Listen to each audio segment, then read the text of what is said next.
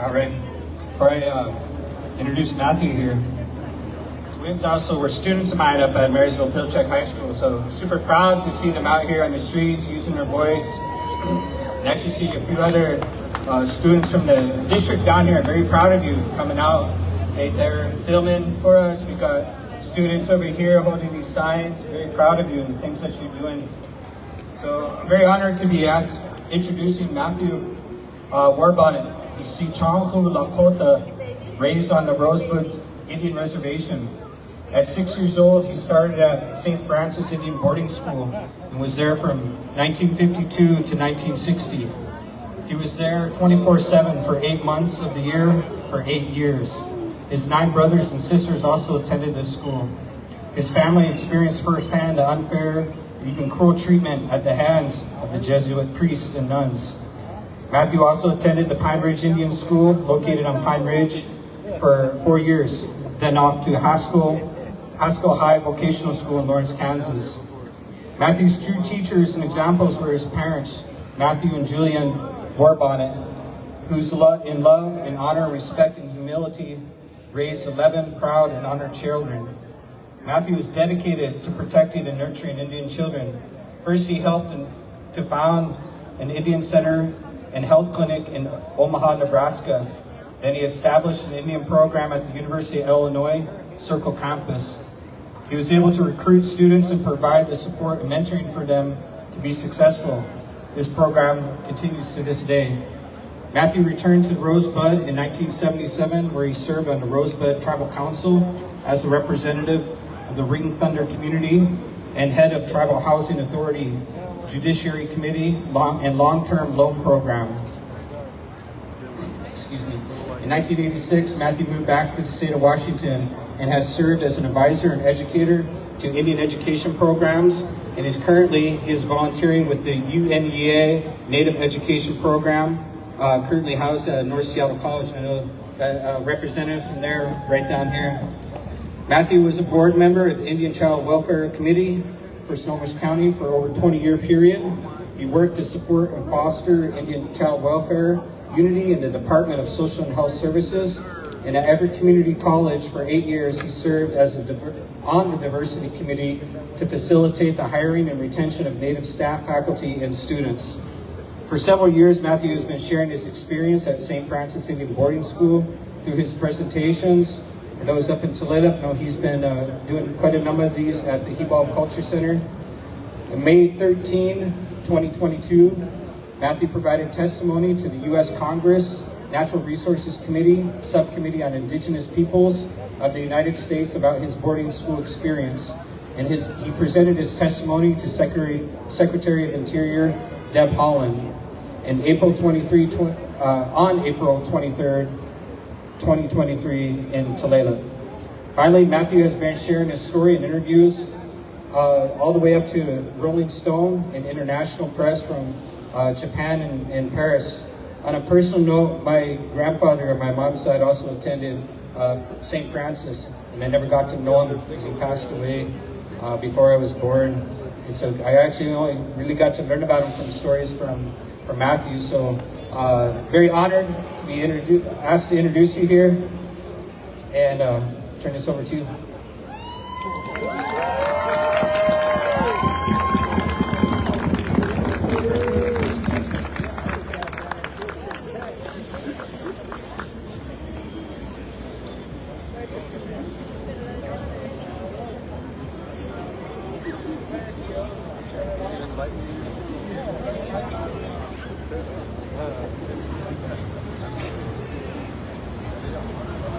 Check.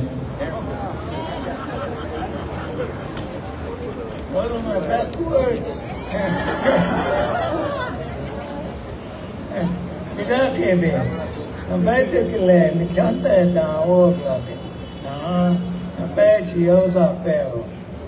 I come to speak to you today from my heart. And before I do this, I would like to introduce to you 2 of my children. My son Matthew, Free we call him. My dad named Matthew, and then me, and then my son Matthew. Resides out here with my grandson and his wife, my grandson, Kate. On this side, I have my daughter, Marie War Bonnet. She served her country in the military, now works in the VA hospital down in Portland. I have an older daughter, Nora, who serves at the Fine Ridge Agency. She runs the dialysis program there. She has been doing that for about 25 years. I have a son, Jody, who served during the Gulf War, Kuwait thing. And as a result of that, and munitions that were blown up during that time, Saddam Hussein, many of those chemicals got in the bodies of those service people, and my son was one of them. And so he's on disability now, currently lives in Pine Ridge. I have a baby, my wife of 46 years, who lives out in New York, and he's making his own way, and he's very supportive of his family, and so we appreciate these things. I asked my children to come on stage with me. I think maybe as time goes on, I'm going to meet them. I am the son of Matthew and Jillian War Bonnet of the Shoshangu people, who's located at the Rosebud Agency in South Dakota. We are Shoshangu people. I am the grandson of Joseph War Bonnet and Jenny Yellowhair, also of the Shoshangu people located at the Rosebud Agency in South Dakota. I am the great-great-grandson of Holy Throat and Purdy Bird, again of the Chicago people located at the Rosebud Agency in South Dakota. And my mother and my father both attended various boarding schools at that time. My dad, when he was little, he ran away from one of the schools in the wintertime and froze his toes off. And in the end, that's what killed him. My mom lived long enough to give my dad his memorial after his passing.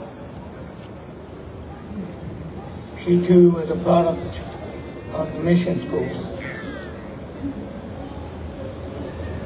I have my older sister, Beverly, and Arlene, and Ruth, Eugene, and Joe, and Jimmy, and myself, my sisters Judy, Pearl, and Janet.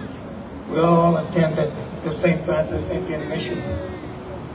When I was 6 years old, I was taken to the mission school. My sisters were taken to the girls' side. We really never had any contact with them, and on the boys' side.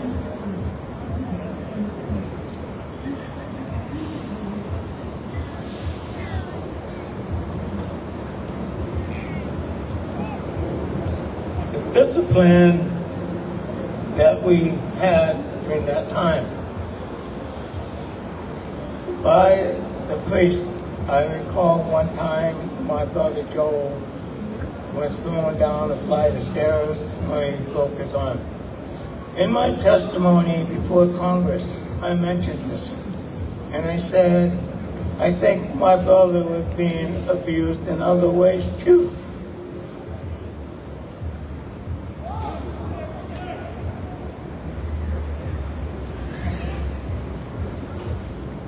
All the six first 4 grades were in one dormitory. The 5th, 6th, 7th, 8th grades were in another dormitory, and the high school kids.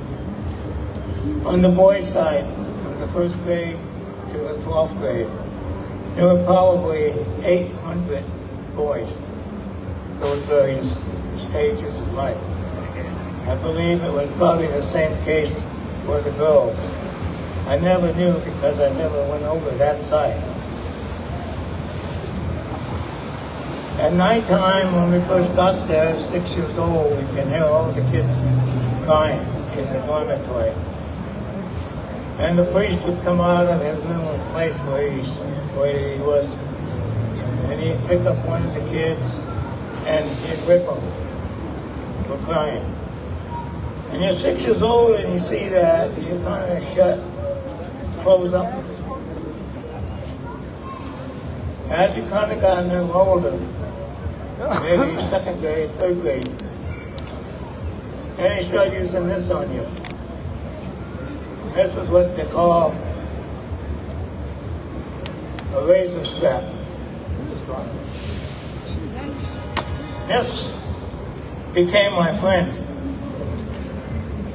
because it taught me not to feel.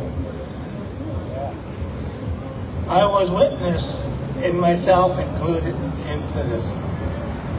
Where some of our kids were put in the infirmary from this discipline. The infirmary had a revolving door. I myself visited that infirmary for some time.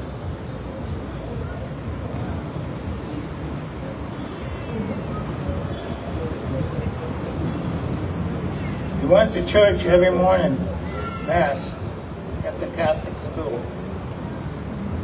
Get up at 5:30 and go to church. All the kids, first grade to 12th grade, would stand in line and march to the church. That was kind of a routine where we marched all the time. When we were in church, a lot of the kids would faint, would fall over and faint. And a lot of it had to do with the fact that we never got enough to eat. We were always hungry. You have breakfast, and you had class, religious class in the morning. In the years I was there, they taught us English, they taught us Latin, they taught us Spanish. Not a word of Lakota.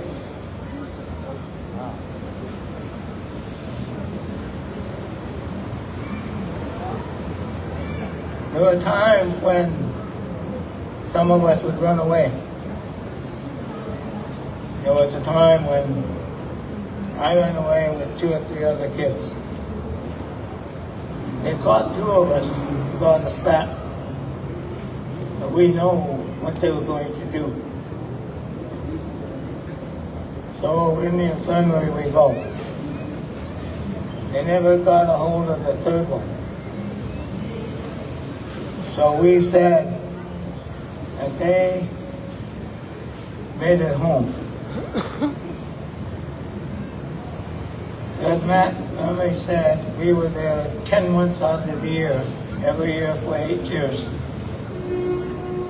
And at the end of that time, the parents would show up to pick up their kids for the summer for 2 months to go home. I recall looking down the road and seeing his mom and his dad. I saw his mom crying and I saw his dad just walking around. They didn't know. The school didn't let them know that he wasn't there.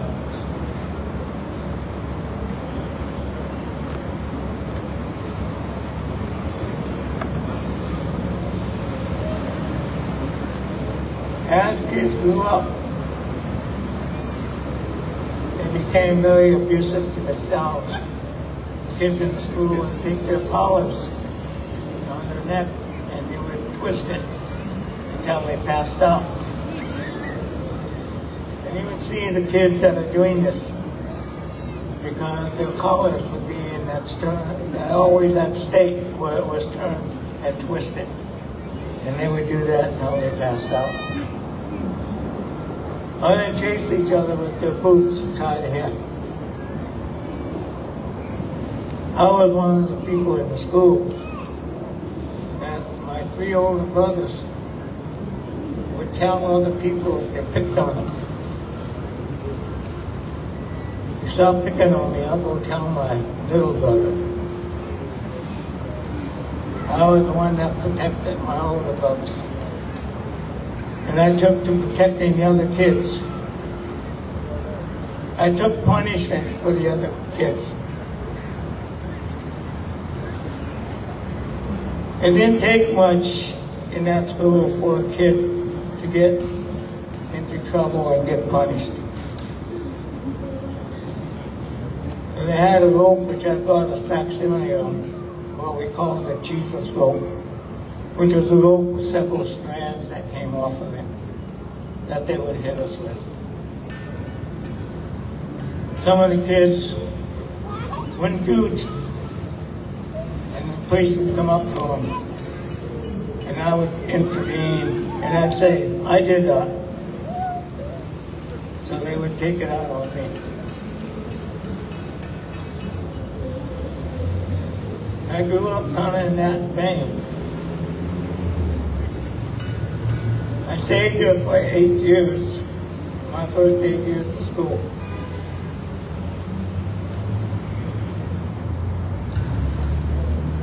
When I went to high school in Pine Ridge, I was a ball player in Pine Ridge for the Pine Ridge Thorns. My parents had moved to Pine Ridge at that time, so it was the first time in my education that I got to go home every day. That was a treat. But that of taking care of the kids carried on to high school. And I went to high school / vocational school with my friend Marvin Bosper, and it kind of carried on over there as well.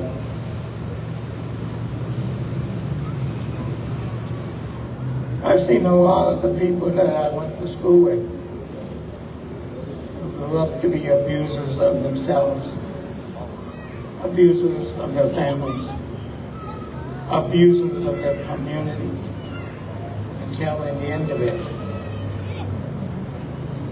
A lot of suicides I witnessed, alcohol abuse, all that came with that. When I was on the travel council in Rosebud, a lot of the kids I went to school with would call me to their homes where they were having these kinds of issues.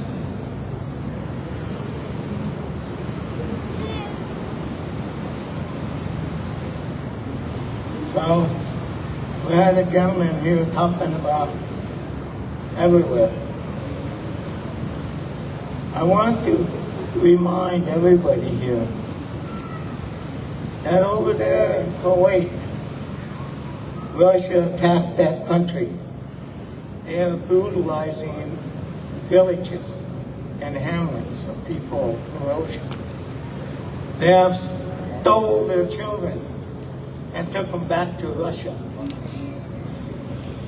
Here recently, some parents went to Russia to retrieve some of their children. 2 years, these children, 6 and 7 years old, were taken from their parents out of Kuwait, taken to Russia, where they were put in a boarding school. When their parents retrieved them, those children did not know their parents. They didn't even know they were Croatian. They thought they were Russian.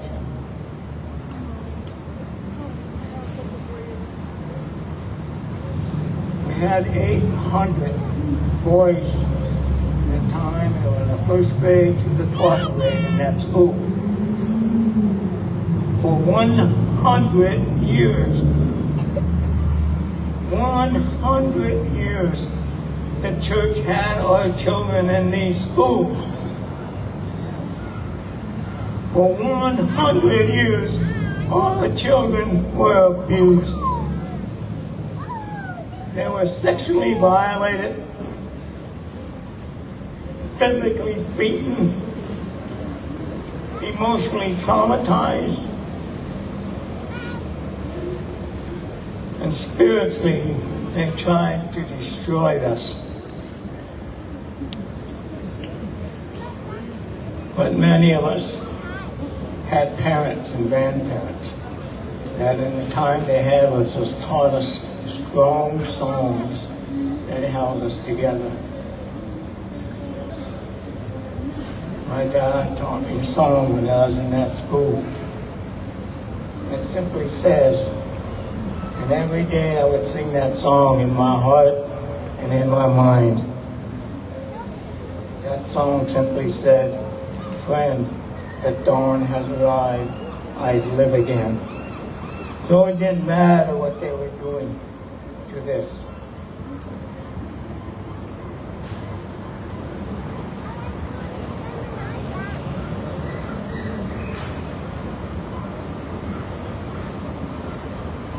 Every time I talk about these things, I remember all those, not only that I went to school with, but all those that preceded me before I got there.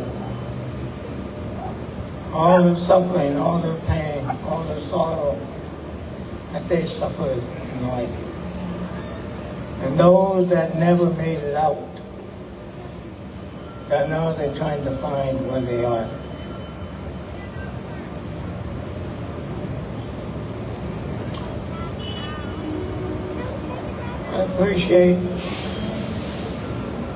I appreciate asking to be here today.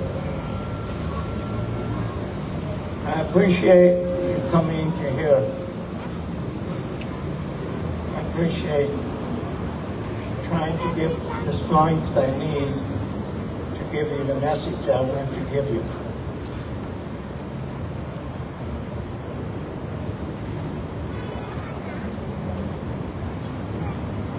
My friend, there's nothing anybody could say, and nothing anybody could do to say I am not a Lakota. I am not who I am. They tried to make me something I wasn't, but in doing that, they only reinforced who I am. This is who I am. I am the son of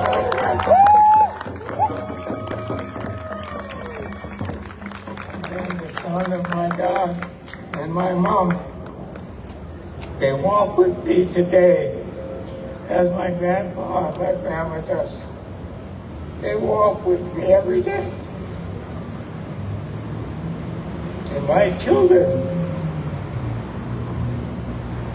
until recently, has never heard any of these stories.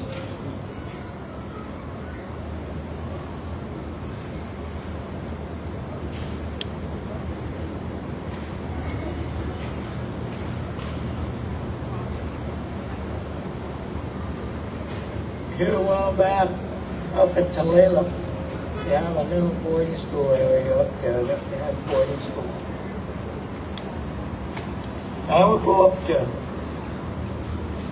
all the time by myself, don't need a big crowd.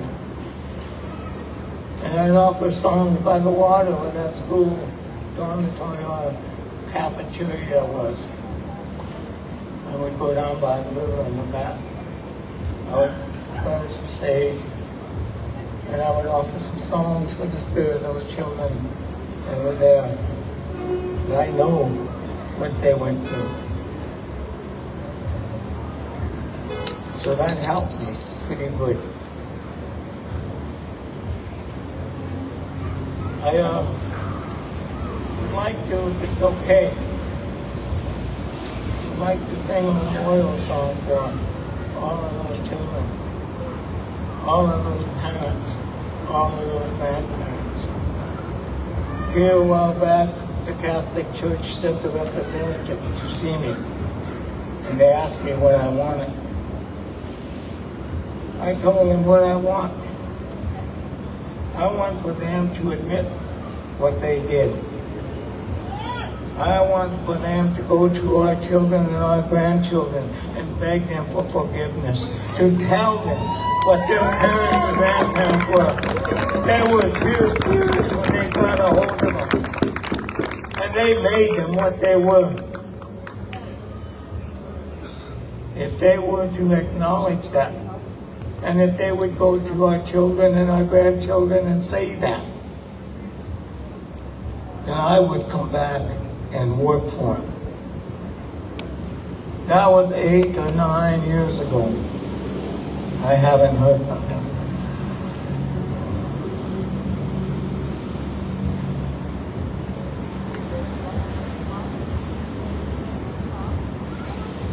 So I would like to offer this memorial song for all of them.